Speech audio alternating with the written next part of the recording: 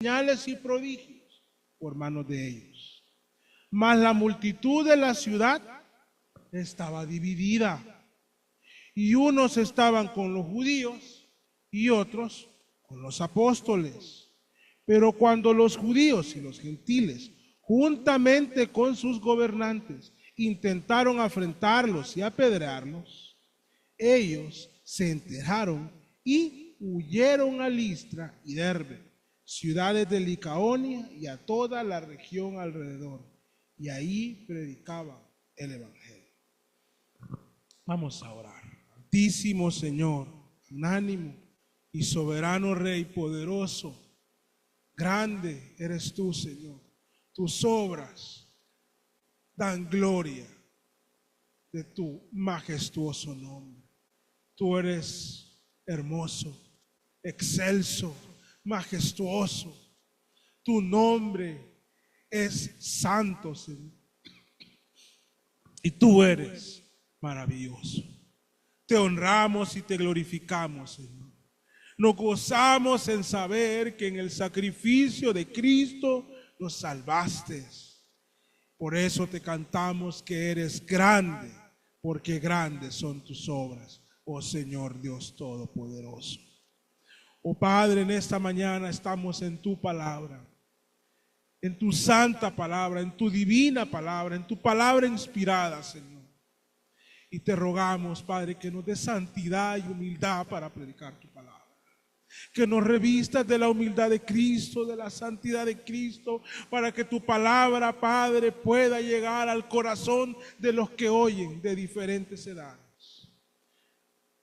No solo para aprender de tu palabra, sino para creer en tu palabra y obedecer tu palabra, Señor.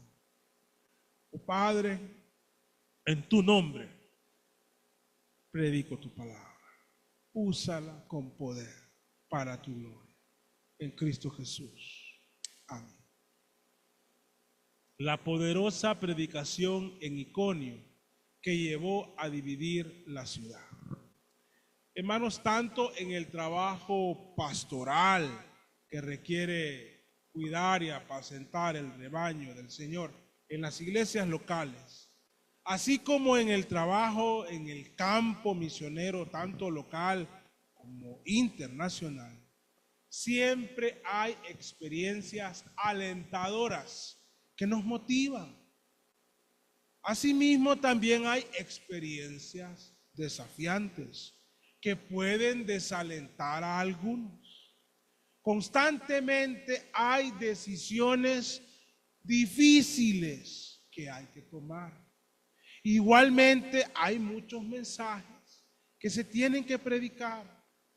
Asimismo, nos encontramos con adversidades que debemos afrontar y detractores que hay que soportar. Siempre tendremos una respuesta de los oyentes al mensaje, sea una respuesta positiva o negativa. Habrán días buenos y días complicados en el servicio del Señor. Es por eso que se vuelve esencial que la visión y la claridad que deben tener los pastores, los misioneros y la iglesia acerca del servicio del Señor y acerca de la obra encomendada por nuestro Dios. Tenemos que tener una visión bíblica y claridad en estos asuntos. Porque si un siervo de Dios que ministra como pastor o misionero o en cualquier otro ministerio, alguien pues que le sirve al Señor, no está claro en qué asuntos, en los asuntos que tienen que ver con el servicio al Señor, tarde o temprano va a fracasar. Entonces se vuelve indispensable que sepa algunas cosas, por lo menos básicas. ¿Cuál es su objetivo como siervo del Señor, como creyente? ¿A quién le sirve? ¿Quién lo ha llamado a servir? De igual forma, no puede ignorar que las adversidades los oponentes, los detractores, no son cosas extrañas cuando uno le sirve al Señor. Debe saber que sus decisiones y su predicación, en el caso de los que predicamos, serán apoyadas y aprobadas por algunos y supercriticadas por otros. Si no se saben estas cosas, con mucha facilidad alguien puede desfallecer y abandonar su labor. Si no está cimentado firme en la roca que es Cristo, será un objetivo fácil de Satanás, que le hará dejar su labor, la labor que Dios le ha encomendado. La misericordia y la gracia de Dios, muchos vuelven por el poder del Señor a servirle. Considero que el estudio del primer viaje misionero de Bernabé y Pablo es genial para alentar a cualquier pastor, a cualquier misionero, a cualquier iglesia. Pienso que la exposición de estos relatos son una excelente fuente para animar y enseñar a toda la iglesia a servir al Señor y a toda la iglesia enseñarle cómo ser para ser perseverantes, constantes, invariables en nuestra fe, inquebrantables y fieles en obedecer al Señor y en promocionar el Evangelio y en predicar el Evangelio de Cristo. El primer viaje misionero de Bernabé y Pablo, desde que salieron de Siria hasta que retornaron a la misma iglesia de Antioquía de Siria, les tomó aproximadamente 2 años. En la parte media de este viaje misionero, ellos llegaron a una ciudad de nombre Iconio. Recién habían salido de otra ciudad que también se llamaba Antioquía, pero de Pisidia, desde donde les tocó salir expulsados de aquella ciudad. Pero esto no los desalentó. Ellos sacudieron el polvo de sus pies y siguieron adelante. Aquí ya se va notando en este relato, en esa circunstancia difícil que ellos tuvieron que salir de ese lugar, ya se va notando de la tenacidad de carácter, la firmeza del llamado y la constancia en Cristo que se requiere para servir al Señor con fidelidad. Por la memoria de Bernabé y Pablo vale la pena recordar una vez más, porque ya lo he dicho, las palabras de un gran artista holandés. Él dijo lo siguiente: los pescadores saben que el mar es peligroso y la tempestad terrible, pero nunca han hallado en estos peligros suficiente razón para quedarse en tierra. Hubo alguien que tomó estas palabras de Van Gogh y añadió lo siguiente: si el peligro no frena a los pescadores profesionales, cuyo principal interés es ganar dinero, ¿por qué debería detener a los que pescan almas y tienen a la vista valores eternos? Nada nos debería detener.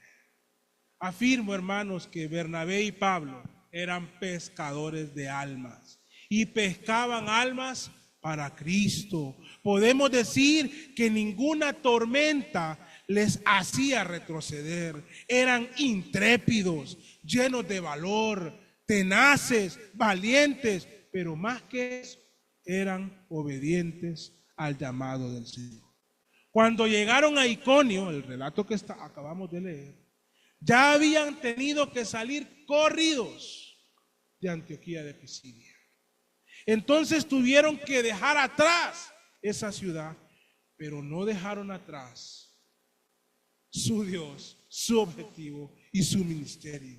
Siempre llevaban consigo su llamado divino y su tarea encomendada de predicar el Evangelio. Sin ninguna duda, hermanos, a veces lo más saludable en el transcurrir de la vida, y no es en todos los casos, Pero a veces lo más saludable es lo que ellos hicieron en Antioquía: salir y sacudirse los pies. Pero nunca dejemos de lado el llamado de Dios y la alegría de servirle. Vean el caso de Bernabé y Pablo. Salieron feos de Antioquía y llegaron a Iconio para predicar de tal manera que creyeron muchos. Con el tiempo tuvieron que aplicar en Iconio la misma receta que en Antioquía. Tuvieron que salir porque los querían matar. Hoy deseo que nos detengamos en este pasaje. Y dentro de las cosas que hay ahí, quiero que al menos meditemos en 4 detalles del relato que Lucas nos deja en cuanto al trabajo de Pablo y Bernabé en Iconio. Primero, vamos a meditar en la forma en que predicaron en esa ciudad. Luego, vamos a notar que el trabajo de un testigo de lujo que ellos tuvieron ahí en Iconio. Posiblemente hoy lleguemos hasta ahí, pero si el tiempo da, posteriormente o en otro mensaje, notaremos la división que vino en Iconio por el mensaje de estos hombres. Y finalmente contrastaremos 2 decisiones que les tocó hacer en esa ciudad y que están registradas ahí. Mientras vayamos en cada uno de estos asuntos, encontraremos aplicaciones para nosotros y para nuestra iglesia. Primero, la predicación en Iconio. Versículo 1. Aconteció en Iconio que entraron juntos, y como lo habían hecho en Antioquía de Pisidia, entraron a la sinagoga de los judíos. Si no predicaban primero ahí, no iban a tener nunca más la oportunidad de predicar allá. Así que, aunque se habían ido a los gentiles, iban a la sinagoga de los judíos. Y dice la Escritura: y hablaron de tal manera que creyó una gran multitud de judíos y asimismo de griegos. Y yo le pregunto a la Biblia, le pregunto al texto, ¿cómo habrá sido esa manera? Porque lo caracteriza así Lucas: hablaron de tal manera que creyó una gran multitud de judíos y asimismo de griegos. De la misma forma que hicieron en la ciudad anterior, Pablo y Bernabé van a la sinagoga judía y predican el maravilloso evangelio de Cristo. Ellos presentan a Jesús como el Mesías prometido y hablan acerca del perdón de los pecados, de la justificación por la fe en Jesucristo, del sacrificio de Cristo en la cruz, del significado de su muerte, de su sepultura y de su gloriosa resurrección. Lucas lo relata de la siguiente forma, ya lo podemos leer. Hablaron de tal manera que creyó una gran multitud de judíos y asimismo de griegos. Con esas palabras, Lucas describe la impactante y poderosa predicación del evangelio que llegó a Iconio. No fue un mensaje cualquiera, fue un mensaje muy poderoso. Pero Lucas no nos da detalles del mensaje, solo nos dice: predicaron de tal manera. En el capítulo 13 se nos dan detalles del contenido de la predicación que Pablo dio en Antioquía. Es una predicación hermosa y ya meditamos en eso y vimos la preparación de estos hombres y lo requerido de estar preparados para ir al campo misionero. Pero en el caso de la narración de Iconio, solo se nos dice, no se nos dice el contenido, solo se nos dice de tal manera, predicaron de tal manera que creyó una gran multitud. Esta expresión me ha encaminado a meditar profundamente. ¿Cómo es eso de tal manera? Me ha invitado a tener una devoción intensa, personal, en lo que hay detrás de esa expresión. Y luego de integrar lo que conocemos por inspiración divina acerca de Pablo y de la iglesia del primer siglo, puedo hacer conclusiones que de algún modo nos explican por qué esa exposición en Iconio fue tan impactante. En especial, entre otras cosas, pero en especial, quiero resaltar uno de los elementos en particular en los próximos minutos: la oración. Yo creo, hermanos, que las iglesias oraban por Pablo y Bernabé. ¿Y por qué lo creo? Bueno, se lo voy a decir. La iglesia de Antioquía de Siria, desde donde salieron como misioneros, había orado por ellos, para elegirlos y para encomendarlos. Y los había encomendado al campo misionero para plantar iglesias. Y los despidieron orando por ellos. Esa iglesia no había dejado o cesado de orar por ellos. Y si revisamos detenidamente el libro de Hechos, nos vamos a notar con facilidad que los creyentes del siglo I tenían una vida de oración fervorosa y entendían y asumían la responsabilidad de orar por sus líderes. Lo hacían, hermanos. Oraban por sus pastores, por los apóstoles y en este caso por sus misioneros. Pero también, no solo esta iglesia, bueno, tenemos ya una iglesia, una de las iglesias más saludables en la historia de la iglesia, que está orando por ellos, por su vida, por su provisión y claro, por su predicación y por el anuncio del Evangelio de Cristo. Pero también es preciso notar que cuando Pablo y Bernabé en su primer viaje misionero llegan a Iconio, ya han plantado iglesias, ya han predicado y plantado iglesias en varias ciudades. Recuerden que salieron de Antioquía de Siria, llegaron al puerto de Seleucia y llegaron a Salamina, a la isla de Chipre. Aunque el relato de Lucas nos dice solo 2 ciudades de Chipre, Salamina y Pafos, nos da a entender que recorrieron toda la isla predicando el evangelio de punta a punta, dejando iglesias en casas, plantando iglesias por todos estos pueblos donde ellos sirvieron a Dios, pasaron predicando. Habían dejado frutos del evangelio, sean nuevos creyentes. Y esos nuevos creyentes, por cómo eran los cristianos, y lo vemos en el libro de Hechos, también estaban orando por ellos. Los que habían quedado en las ciudades y pueblos de toda la isla de Chipre, luego allá en lo que ahora es Turquía, en Perge, y los creyentes de Antioquía de Pisidia también. O sea, había un batallón de creyentes orando por estos hombres. Oraban por ellos, sí, por sus necesidades, pero oraban por el evangelio y por la plantación de iglesias y por aquellos que llevaban la palabra. Los creyentes de todas estas ciudades sabían los peligros que Pablo y Bernabé afrontaban, los retos y los ataques del enemigo.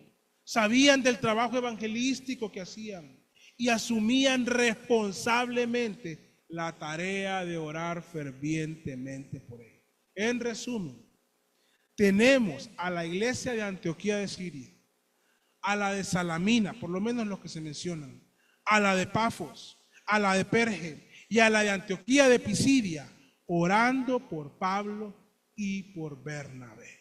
Por lo tanto, hermano, era lógico que ellos, cuando predicaban, lo hacían de tal manera que creían muchos. Porque si no hay oración, la predicación no impacta. Y a veces la oración del que predica no es que es insuficiente, pero no basta. Se requiere la predicación de más por aquel que anuncia la palabra. Y Pablo y Bernabé contaban con ellos. Claro que ellos mismos también tenían que orar y crecer en su santidad para predicar la palabra con tal poder. Y claro que las horas que se invertían en oración y devoción con Dios de parte de los que nos dedicamos a la tarea de entregar el mensaje del Señor, tiene un impacto en nuestra predicación, así como lo tuvo en la de Pablo y la de Bernabé. Pero cuando un mensajero de Dios, cuando un predicador de la palabra tiene un ejército de personas orando por él, es seguro que su mensaje será de tal manera que muchos responderán positivamente. No crean que fue la elocuencia del mensaje o lo entretenido del mensaje o el carisma del predicador lo que causó un gran impacto. No fue la destreza o el carisma de Pablo y Bernabé lo que hizo que predicaran de tal manera que creyera una gran multitud. Es más, no fue el gran conocimiento que tenían de la palabra, ni la precisión y ni la fidelidad de su exposición. El éxito vino como resultado del respaldo de Dios al ministerio de estos hombres que tenían a sus espaldas a muchos más orando por ellos. La iglesia, ustedes, tienen la responsabilidad, y si no, pues deben de asumirla, de orar por los predicadores de la iglesia, por el pastor de la iglesia.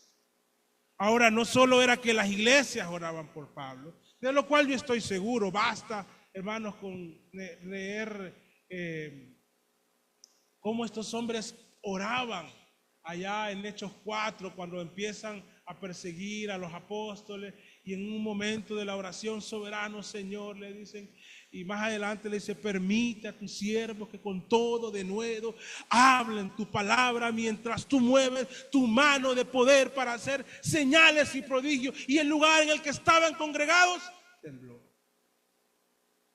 Basta con eso, hermanos. Cuando acaban de matar a Jacobo, tienen a Pedro encarcelado, y un ángel abre la cárcel y abre todas las puertas de aquella última fosa en la cárcel, y Pedro sale y va a la casa de la familia de Juan Marcos. ¿Saben qué estaba haciendo esa gente en esa casa? Orando por Pedro. Entonces la iglesia debe de asumir esa responsabilidad. Pero también creo que predicaron de tal manera y que oraban por ellos, porque Pablo siempre solicitaba que oraran por él. Pablo sabía muy bien de lo trascendental que es que otros oren por uno, en especial por su vida y por su predicación. Tenía esto en mente siempre, tanto así que cuando le escribe a los de Tesalónica, cuando yo era un misionero consagrado y exitoso y con vasta experiencia plantando iglesias, porque no fue al inicio ya había pasado el primer viaje misionero. De hecho, Tesalónica es en el segundo viaje misionero. Ya tiene experiencia y él les escribe en la segunda epístola.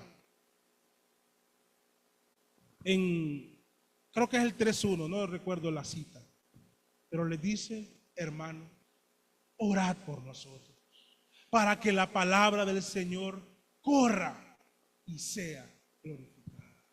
Pablo pide oración. Pablo le solicita a los hermanos que oren por él, hermanos, para que la predicación que ustedes escuchen semana a semana, y para la predicación que cualquier iglesia escucha, sea una predicación que realmente sea usada por Dios para la conversión real de los impíos, es indispensable que la iglesia ore por los que predican. Y digo conversión real porque, hermanos, soy joven todavía, pero empecé a predicar muy joven, menos de 20 años. Y predicaba y miraba que la gente pasaba aceptando a Cristo, pero era mentira. No lo aceptaba. Era una farsa. Algunos de ellos sí, pero la mayoría no. Se los digo porque lo vi predicar desde los 18 años. Las conversiones reales pasan en el corazón, en el lugar más íntimo. Cuando menos nos esperamos. No significa que el que pasa adelante, algunos de ellos sí se están convirtiendo, pero la mayoría no. Y hay, hermanos, falsos predicadores que se le llenan los altares de gente llorando, pero no están entregando su vida a Cristo. Se lo digo porque así es. Esa es una realidad. Entonces, para que la predicación sea realmente usada por Dios para la conversión de los impíos, es indispensable que la iglesia ore por los que predican, por sus pastores. Y en nuestro caso, ¿verdad? Si ustedes desean venir cada semana y quieren escuchar una predicación que llegue a lo más profundo de sus almas y que Dios salve a los perdidos entre nosotros, entonces se requiere que oren por quien predica. Puedo apenarme en solicitar cualquier otra cosa, cualquiera, pero no me apena en absoluto solicitar que oren por mí. Es más, no es primera vez que lo digo. Si hay algo que yo podría mendigar, es que oren por mí. No me da pena. Y este texto, esa manera de predicar, eso que dice él de tal manera, me invita a pedirles que oren por mí, porque veo que había una iglesia orando por estos hombres para que predicaran de tal manera. Ahora, sería un cinismo, sería un pastor cara dura. Solicito e insisto al resto de la iglesia que oren fervientemente por mí. O cualquier pastor sería un cínico si pide que oren por él. Pero si él no está orando constantemente, fielmente y fervorosamente por la iglesia. En mi caso, puedo citar con toda transparencia las palabras que Pablo le escribió a los de Filipos. Doy gracias a mi Dios siempre que me acuerdo por vosotros, siempre en todas mis oraciones, rogando con gozo por todos vosotros. Amados hermanos, yo oro por cada uno de ustedes y con esa autoridad les pido, oren por mí. El texto o la meditación en este texto me invita a hacerlo. Yo deseo predicar de tal manera que muchos se conviertan. Para eso se requiere que toda la iglesia participe en la oración por la predicación de cada domingo. Hay otro hombre de Dios que llegó a entender esto con precisión. Fue el poderoso predicador inglés Charles Haddon Spurgeon. La iglesia oraba por él incansablemente. Y en referencia a eso, él dijo en una ocasión: cualquiera prosperaría con la clase de gente que yo tengo a mi alrededor. Esto en relación con el alcance de su predicación y el poder de su predicación y la oración por él de parte de la iglesia. Hay una relación bien estrecha, hermano. No sé cómo está su vida de oración, si usted está orando por su iglesia, pero hay una relación bien estrecha entre la predicación efectiva y la oración de la iglesia por quien predica la palabra. Ya les cité aquel texto. Cuando ellos oraban, y ahora, Señor, mira sus amenazas. En Hechos 4, concede a tus siervos que con todo de nuevo hablen tu palabra, mientras extiendes tu mano para que se hagan sanidades y señales y prodigios mediante el nombre de tu santo Hijo Jesús. En una ocasión, mientras ellos oraban en esta oración, el lugar donde estaban congregados, dice la palabra, tembló.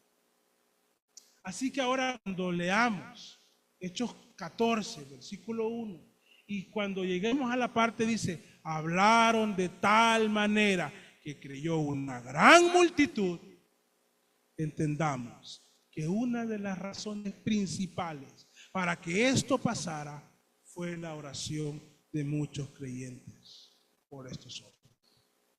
Los muchachos que están aquí con nosotros hoy, por lo menos tengo aquí estos tres aquí, también tienen que aprender a orar por su iglesia, por los que cantan, por el que predica, por el pastor, por los que sirven. Este mensaje es para la iglesia, hermano. Claro que lo tenemos que hacer. Entendamos, hermanos, que una de las razones principales fue la oración de la iglesia. Y eso es a lo que Dios nos está llamando. Les está llamando a ustedes para que oren Y como les digo, no me da pena. Para que oren por mí. Anhelo con todo mi corazón que lo hagan. Predicar acerca de que la iglesia debe orar por sus pastores no es algo tan común. No es algo tan común. Y si se dice, se hace con ligereza. Hoy he invertido unos minutos y les he enseñado sin aligerar el paso en este tema. Y lo he hecho porque para mí es un asunto vital para la iglesia, para nosotros. Y aunque el texto no lo dice de forma explícita, al escudriñar y meditar en esa predicación, está ahí expresado de forma implícita. Hermanos, tenemos que volcarnos a la oración. El segundo aspecto que deseo resaltar, y el último en esta mañana, es el testigo de lujo o el trabajo del testigo de lujo que había ahí escuchando. Vean lo que dice el versículo 3. Con todo esto, se detuvieron allí mucho tiempo, o sea, a pesar de la adversidad. En su Biblia dice por tanto, pero es como, a pesar de todo eso, se detuvieron allí mucho tiempo, hablando con denuedo, confiados en el Señor. ¿Quién? ¿Qué dice? Daba testimonio de la palabra de su gracia. Quiero invertir unos minutos para explicar eso. Con toda certeza, la razón principal del éxito en Iconio fue el testimonio del testigo de lujo. Eso no le quita lugar a la oración. Pero ese testimonio de ese testigo de lujo que es Dios mismo, pues dice el Señor, quien daba testimonio de la palabra de su gracia. Hermanos, Dios está dando un reporte, eso es un testimonio. O sea, un testimonio acerca de la palabra, estaba dando un reporte, un testimonio acerca de la palabra que estos hombres predicaban. En otras palabras, daba testimonio de la palabra de su gracia. Voy a ejemplificarlo de la siguiente manera. En cada mensaje, cada semana, Dios está delante del predicador, aprobando o desaprobando el mensaje en términos generales o espacios del mensaje. El mensaje que este hombre da. Veamos lo que Pablo le escribe a los Corintios. En 2 de Corintios 2:17, él dice lo siguiente. Pablo dice, con sinceridad, como de parte de Dios y delante de Dios, hablamos de Cristo. ¿Delante de quién? No solo de parte de Dios, sino delante de Dios hablamos de Cristo. Pablo entiende que cuando él habla de Cristo y en nombre de Cristo, Dios está delante de él. Entonces, cuando comprendemos esto, toma mucho sentido lo que Lucas registra acerca de ese testigo de lujo allá en Iconio. O sea que Dios está delante y escucha el mensaje. De manera figurada podemos decir que Dios levanta la mano y da su testimonio y le dice a los que están oyendo, sí, es cierto. Eso que están escuchando es mi palabra para ustedes. Y por cierto, recuerden que mi palabra que sale de mi boca no volverá a mí vacía, sino que hará lo que yo quiero y será prosperada en aquello para que la envíe, como dice allá en Isaías 55. El mensaje que este hombre está dando, dice el Señor, es de parte mía. ¿Cómo hace eso el Señor? En el Espíritu.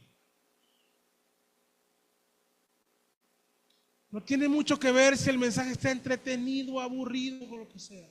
En las conciencias de ustedes, Dios martilla su palabra. Y aunque yo esté hablando de la oración, Dios empieza a tratar a veces otros asuntos. Él da testimonio de que si el que está predicando es de parte de Él o es palabra de Él. ¿Qué tarea más grande? Yo quiero ser aprobado por Dios.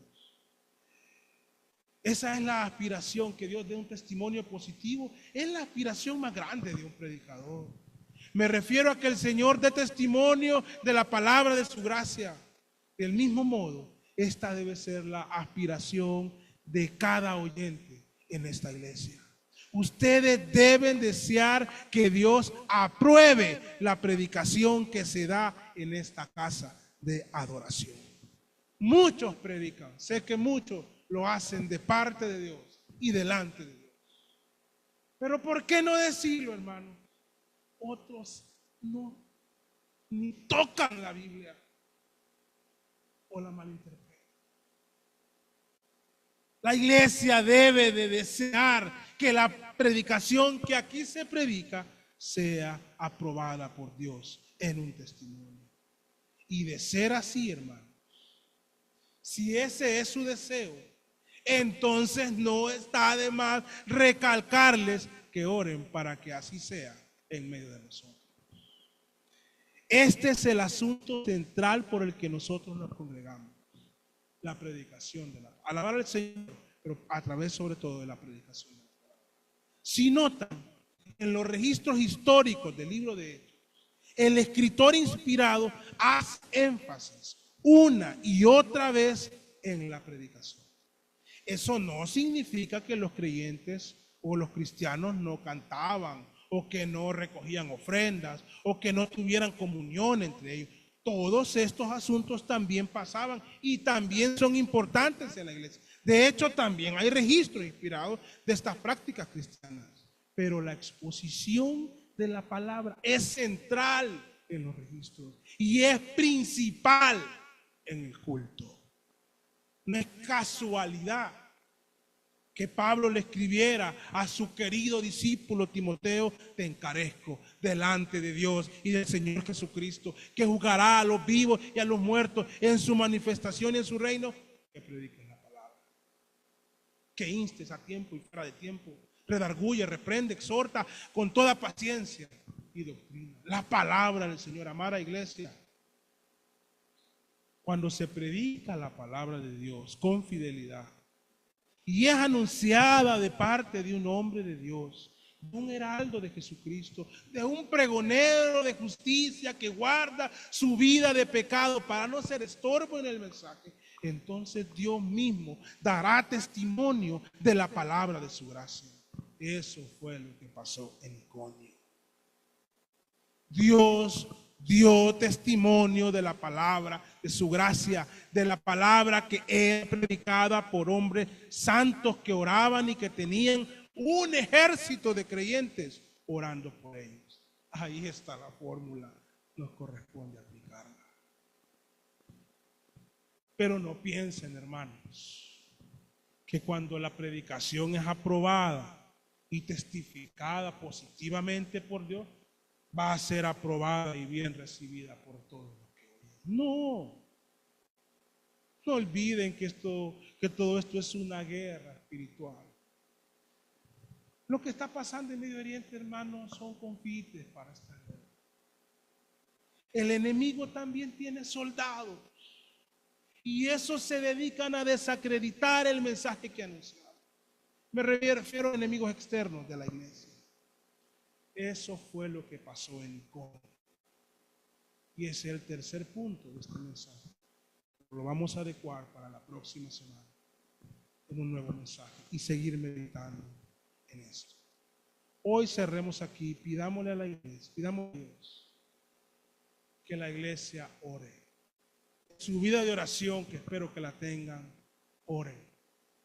Y no me da pena, oren por mí todos los días, en cada momento, por tantas cosas, no solo por la predicación, pero sí por la predicación de los niños. Pero oren por mí, por mi familia, por el ministerio que Dios nos ha encomendado y por quien ha de predicar o quienes predican aquí, para que Dios dé testimonio de la palabra de su gracia. Hermanos, nosotros no venimos aquí a tener un club social. Nosotros somos una iglesia. Y una iglesia está formada, es un batallón de guerreros en oración y en el evangelio. Y tenemos que ir, hermanos, y anunciar el evangelio como estos hombres intrépidos. Pero tenemos que orar. Tenemos que anhelar que Dios dé testimonio del mensaje que se predica. Hay una oportunidad grande de promocionar. Los aniversarios creo que son una linda oportunidad para promocionar el evangelio que se predica en esta iglesia. Háganlo. Ustedes no están solo viendo que se empuja la carreta, ni subidos en la carreta esperando que otros se empujen. Ustedes tienen que ser de los que empujan la carreta también. Vamos adelante, hermano. Vamos a finalizar aquí. Querido Dios, gracias por este tiempo. Hay mucho más que decir de lo que tú nos dejas en tu palabra, al meditar, al reflexionar, al detenernos, Padre, al no pasar de largo estos pasajes, sino que estar en ellos. Hay mucho que aprender como iglesia, como predicadores, como pastores. Enséñanos, fórjanos, fórmanos, modéanos y glorifícate en nosotros. Haz que esta iglesia sea un ejército de oración, orando por la predicación del domingo, por el hombre que predica, por tu siervo, Señor. Y Padre, aprueba. Ayúdanos a prepararnos de tal manera que tú apruebes y des testimonio de la palabra de tu gracia en el corazón y en las almas de los que oyen. En el nombre de Jesús. Amén. El Señor les bendiga, amados hermanos.